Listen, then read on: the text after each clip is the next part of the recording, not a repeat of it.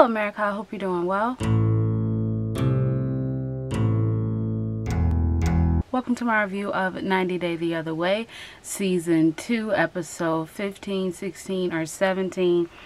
This was an hour and a half. Do you know, I say it all the time. Oh, also, I thank you all for sticking around, the ones that did. You know, had things to do, had schoolwork, had to move, so videos weren't going to be up. You know, so if you stuck around, then cool. If you didn't, then hope you find what you were looking for somewhere else. Okay, so Jenny, oh God, Submit went to go talk to his parents, and you know, it was getting a little tense because I didn't know that he could yell at his parents, you know, but he was yelling at his mother, but not yelling at her, but you know, they was just talking. His father was like, yeah, it was my fault that he got married and that was a bad marriage, you know. Submit was talking about how, like, he just didn't feel it and he, you know, wanted to commit suicide because of it, and now he loves Jenny, and his mother's like, I'm not really gonna accept her. His parents, you know, societal reasons, but also, like, this woman came into their house. Jenny and her were friends, and then you turned around and you started sleeping with my son. Like I don't know if I'd be walking my son down the aisle in that situation, you know. Jenny, I'm sorry, but this is just so pathetic. It's really pathetic. She had to leave India the first time because he didn't stand up to his parents. Had to leave India the second time because he was in an arranged marriage. Now she needs to know she has to leave India the third time, for a third time, if he doesn't get the blessings, you know, from his parents to marry her. What more do you want me to say? His parents did agree to think about it, but it's just like, what more do you want me to say? And also, Jenny kind of get on my nerves because his father was like, you know, in 10 years she'll be like 65 and we'll be old, and it's like, then you got to choose like who you gonna take care of. And when he went back and told Jenny, Jenny was like, well, I'm much healthier than your parents. They have health problems, but I get what they're saying. Anyway, moving on. Brittany went back to Chicago. I'm not going to talk about her mother's hair. Brittany went back to Chicago, even though, Brittany, why you ain't never hook your mama up with one of them damn wigs? Okay, I must say that. Why have you never hooked your mother up with a wig? Anyway, Brittany went back hoping to be divorced, but instead they told her that the paperwork wasn't there, so she has to refile, and now she has to stay in America longer.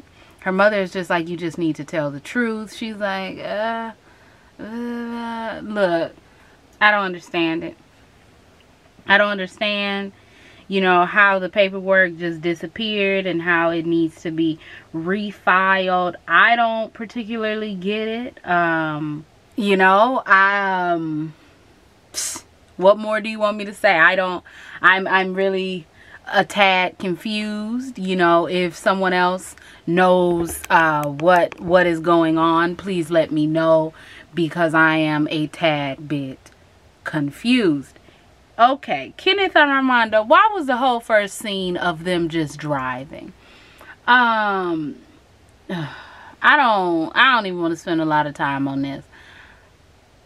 It's kind of getting on my nerves. Like, I get it, you know, that's your son and everything, but like, it's kind of getting on my nerves. I really don't get it. Armando was like, we engaged. Armando's father came out, you know, didn't even say nothing. And it was, well, he said, what's up? But, you know, that wasn't really nothing. It's just weird to me because it's like, how long do you need? How long do you need to come to terms that your son is gay? He already has a child, so it's not like, you know, your wishes of having grandchildren, if that's a concern, you know. Like, I don't get it. I just really don't get it. I really don't get it.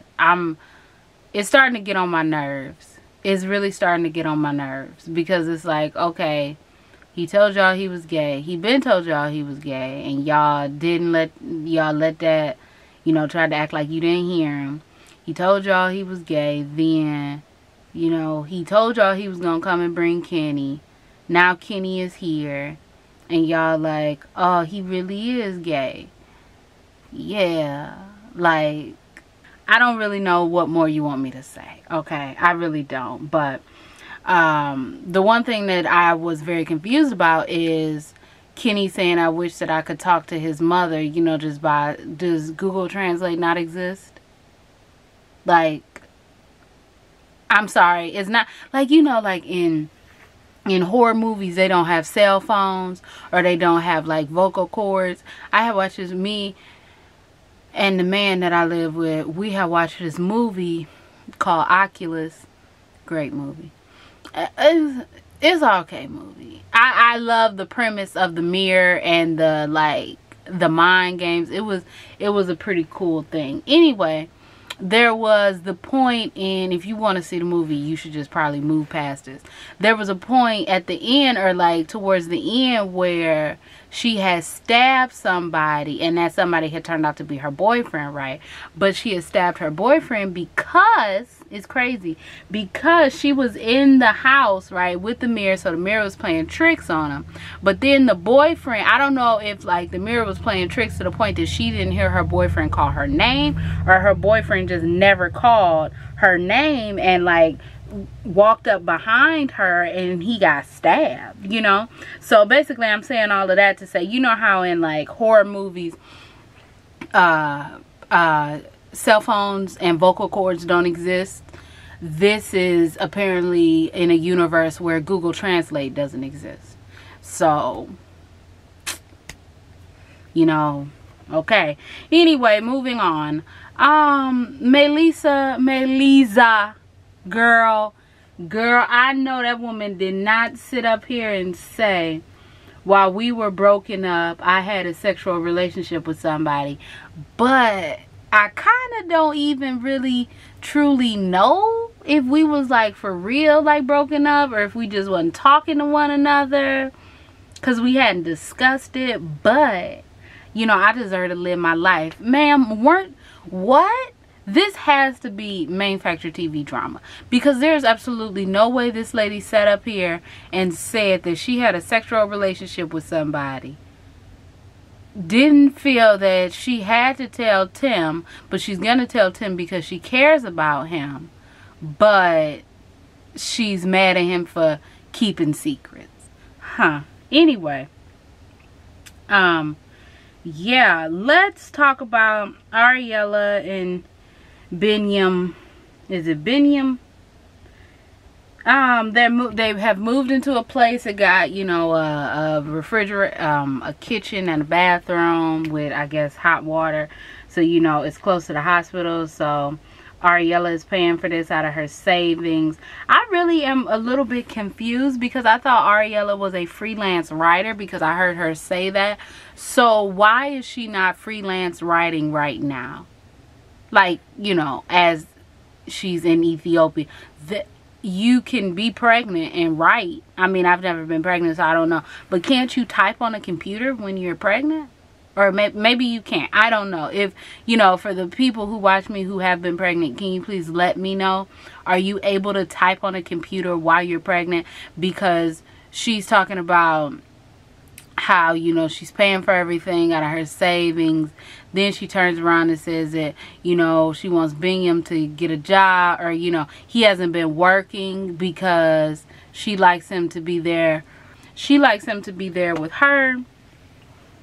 Then she's like, I want you to be there like a month after I give birth.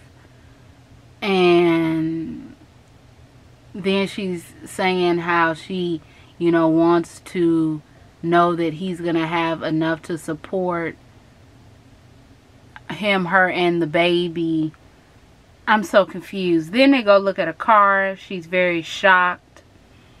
that the car, that car was expensive. That 2008 was $22,000. It was a used car. But if you think about it, I wouldn't get to 2001 for $17,000 when I can just get to 2008 for $22,000.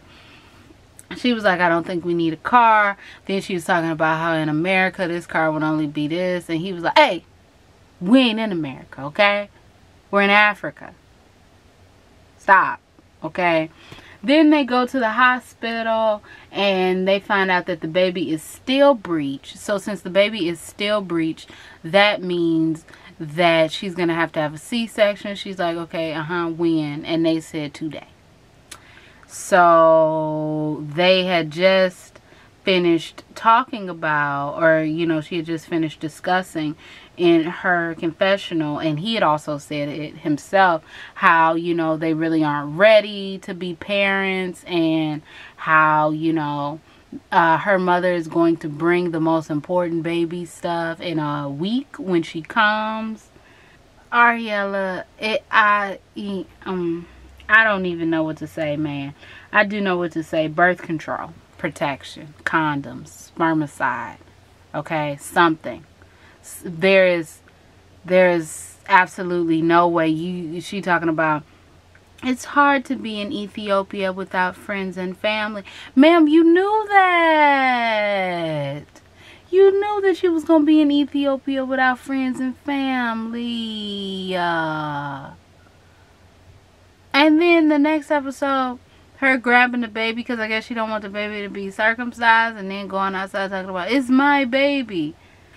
I know I'm not cut out to be.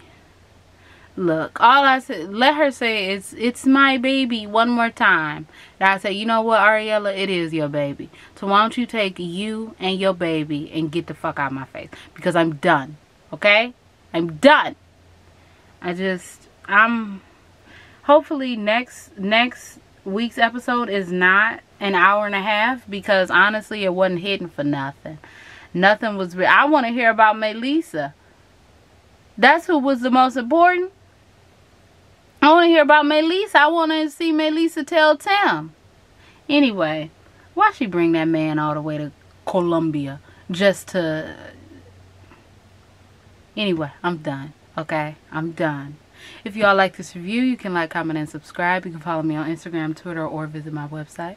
My name is Brielle. I make beats. I sing songs. If you like what you see, come on along. Bye.